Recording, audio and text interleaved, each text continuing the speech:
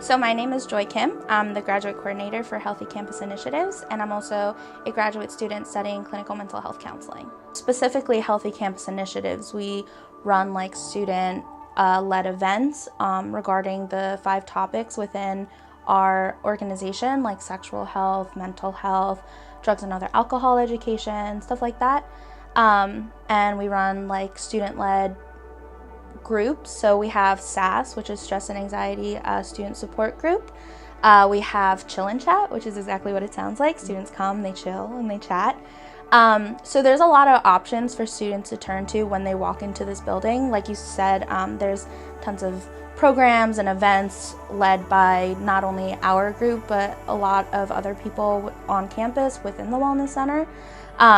So students have a lot of avenues to turn to if they're seeking services when they come into the Wellness Center. Hitting this target audience is so important because there's a statistic that 50% of students who come into college have not talked about mental health at all. So high schools don't educate about mental health, and 50% of students don't even know, symptomologies and diagnoses and stuff like that. So it's really important to hit these people during this time because you're right, they go out into the workforce, they go out into the world, and you want to educate them and let them be aware of certain mental health disorders and things that could really affect them in their own personal life. So it's really important to have that conversation, which is why, shows and movies and actors and actresses, people who are influential in the media world, speak up about this because everyone's always on Twitter and following their favorite actors, actresses, Instagram, like everyone's following everyone. And the more this conversation happens, the more awareness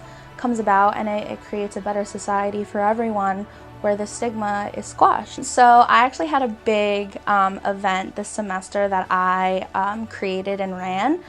So in November we had the Student Mental Health Conference that I created, and it was a big deal because it was the first that Rowan had ever held. It was really cool because there was a lot of positive feedback about how this campus needed something like this, and the conversation had to happen, and you want to bring more light to a subject like this. So having a school-wide, community-wide conference being held here where tons of students and staff can learn together about this topic was really great. And there was a lot of positive feedback about how this is going to grow in future years and how they want it to keep going and stuff like that. So that was really cool to see. Kevin George from the Rec Center, he was our keynote speaker.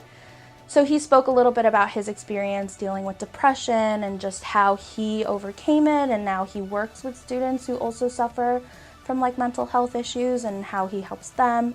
So it was really, really insightful, really great. We also had about 8 workshops that mostly students ran. So another positive feedback we got was that it was really relatable to have a student stand up in the front of the room and say, this is how I dealt with mental health, and these are the things that I suffered through, and here's how to get better. It was really cool to see the students come together and learn together about this topic that is so important and needs to be talked about. It's definitely a slow-moving process, I think, compared to just a few years ago. The conversation is being more talked about and more open. I think media has a lot to do with it. The way mental health is portrayed in movies and TV shows as a weakness, as something that is shameful and something that, no one should be talking about. And it's really tough because media is so influential, and kids grow up with this mindset of if I'm sad, I shouldn't say anything to anyone because it's, they're going to judge me and who's going to help me. And, a lot of it does have to do with personal experience as well. So I've heard many stories of how people did reach out to someone and that someone didn't help, that someone kind of brushed it off, and it's someone who you really trust. You wouldn't open up about something so personal to just anyone. And some people don't feel comfortable opening up to their parents, so they turn to someone, you know, in the academic setting, at the workplace. So, you know, it's important to know that there are multiple options, and it's not just a let's talk to one person, okay, they shut me down, I give up kind of situation. So, you know, that's definitely also been a problem in dealing with like that mental health stigma and that shame that comes along with it.